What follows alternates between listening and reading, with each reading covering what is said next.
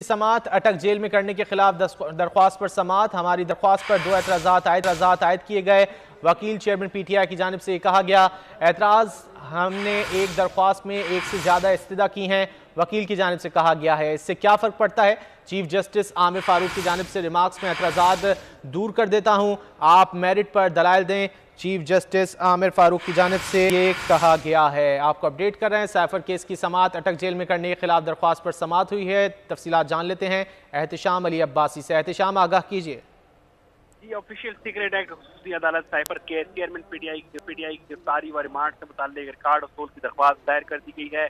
Chairman PTI की cipher legal team ने official secret act खुसूसी अदालत में दरख्वास्त दायर की है। केस के अब तक के मुकम्मल रिकॉर्ड के मुस्तकिल नकूल फराहम की जाए दरख्वास्त दायर की गई है।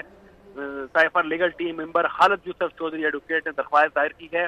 अदालती अमले के मुताबिक जो जरूरी समझेंगे वो तफसीलात फराहम कर दी जाएँ। वकील खालिद यूसुफ ने अदालत से ये इस्तदा की है। वकील खालिद यूसुफ चौधरी जो हैं वो इमरान खान चेयरमैन पीटीआई की उस टीम के जो है हिस्सा हैं जो अभी जो चेयरमैन पीटीआई ने तकरीबन 8 जो वकील हैं उनको जो इजाजतनामा दिया था उसमें खालिद यूसुफ चौधरी भी हैं और उन्होंने ये दरख्वास्त दायर की है और उसके मुतालिक उन्होंने तमाम वो जो रिकॉर्ड है उसके उसूल के लिए दरख्वास्त दायर की है। जी ठीक है, बहुत शुक्रिया एहतिशाम इन तफसीलात के लिए।